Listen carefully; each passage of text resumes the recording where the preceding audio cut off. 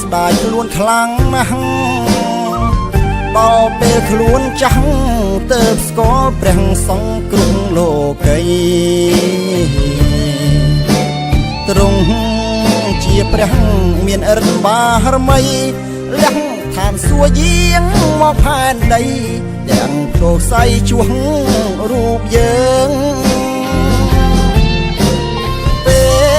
លស្គាល់ទ្រង់ទៅដឹងភ្ញាក់ខ្លួនអារៈបានលបួងបាបជាប់ខ្លួនឥតមានសេរីអើហើយវល់ក្នុងភពផែនដីឆ្លក់វងវែងសម្បត្តិលោកីតែគ្មានន័យសម្រាប់ជីវិតស្ដាយណាស់ស្ដាយពេកវេលាតាំងពីកុមារស្រង់ទឹកនេត្រាស្ដាយពេលដែលបានបាត់បង់ដល់ចាស់ទៅទួលជឿព្រះអង្គព្រោះតែខ្លួននេះល្ងិតល្ងងជាស្លងក្នុងបាបលោកីបើស្គាល់ទ្រង់តាំងពីក្មេងនោះម្លេះបានរាប់ឈ្មោះជាកូនព្រះតាំងពីក្មេងវ័យទ្រង់សន្តោសហើយប្រុងប្រណីមិនប្រកាន់ក្មេងចាស់ប្រុងស្រីទុកភ័យអស់ក្តីសៅមក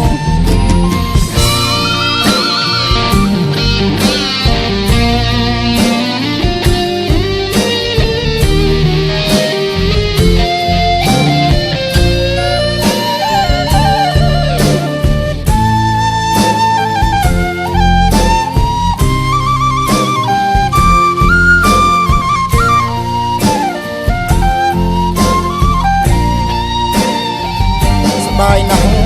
ស្ដាយពេកវេលាតាំងពីកុមារស្រង់ទឹកនេត្រា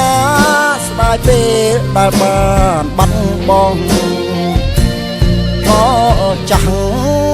ទៅទួលជឿព្រះអង្គព្រោះតែខ្លួននេះល្ងិតល្ងងជាស្លងក្នុងបាបលោកីបើស្គាល់ទ្រង់តាំងពីក្មេងនោះ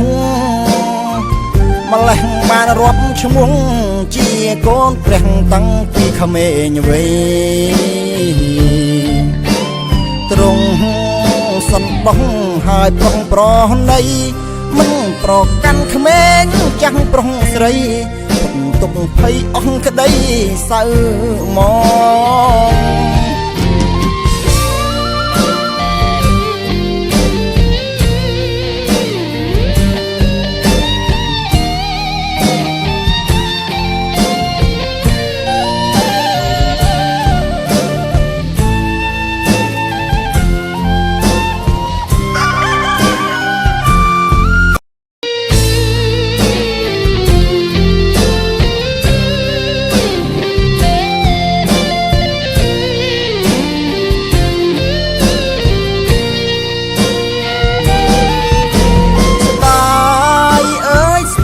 ស្ដាយខ្លួនខ្លាំងណាស់